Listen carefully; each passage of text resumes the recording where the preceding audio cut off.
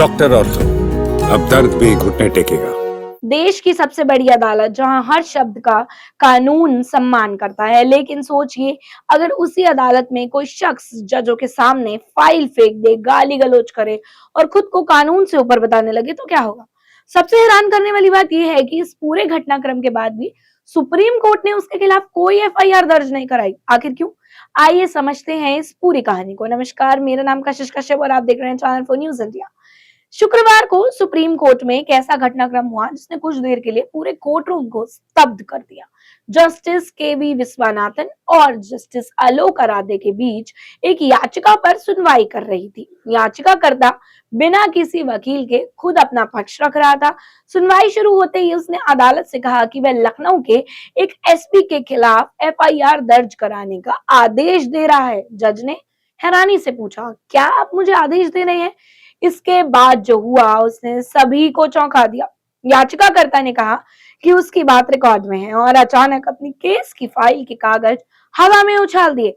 इतना ही नहीं, उसने कोर्ट रूम में अपशब्द कहने शुरू कर दिए और माहौल पूरी तरह से तनावपूर्ण हो गया। कुछ सेकंड के लिए कोर्ट रूम में सन्नाटा सा छा गया। तुरंत सुरक्षाकर्मी हरकत में आए और उसे हिरासत में लेकर कोर्ट रूम से बाहर ले गए। बताया गया है कि सुनवाई के दौरान वह खुद को संप्रभु बता रहा था और अदालत की प्रक्रिया को मानने से इनकार जैसा व्यवहार कर रहा था।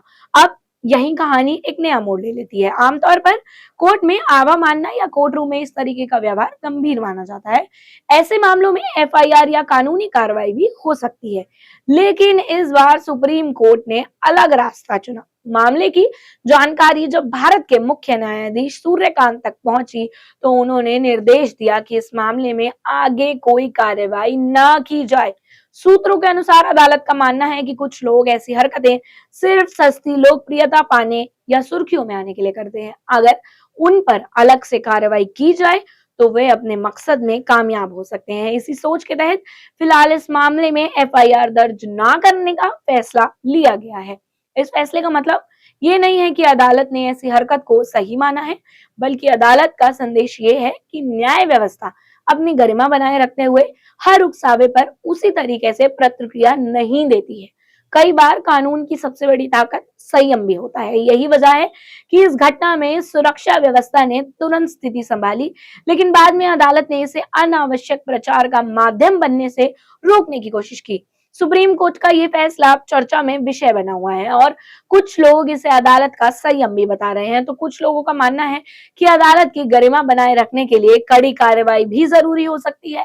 अब सवाल आपसे है, क्या सुप्रीम कोर्ट का कोई कार्रवाई न करने का फैसला सही था ताकि ऐसे लोगों को प्रचार ना मिले, या फिर अदालत की गरिमा बनाए रखने के लिए सख्त कानूनी कार्रवाई होनी चाहिए थी? अपनी राय हमें कमेंट बॉक्स में जरूर बताइएगा। डॉक्टर ऑर्थो, अब दर्द भी घुटने टेकेगा।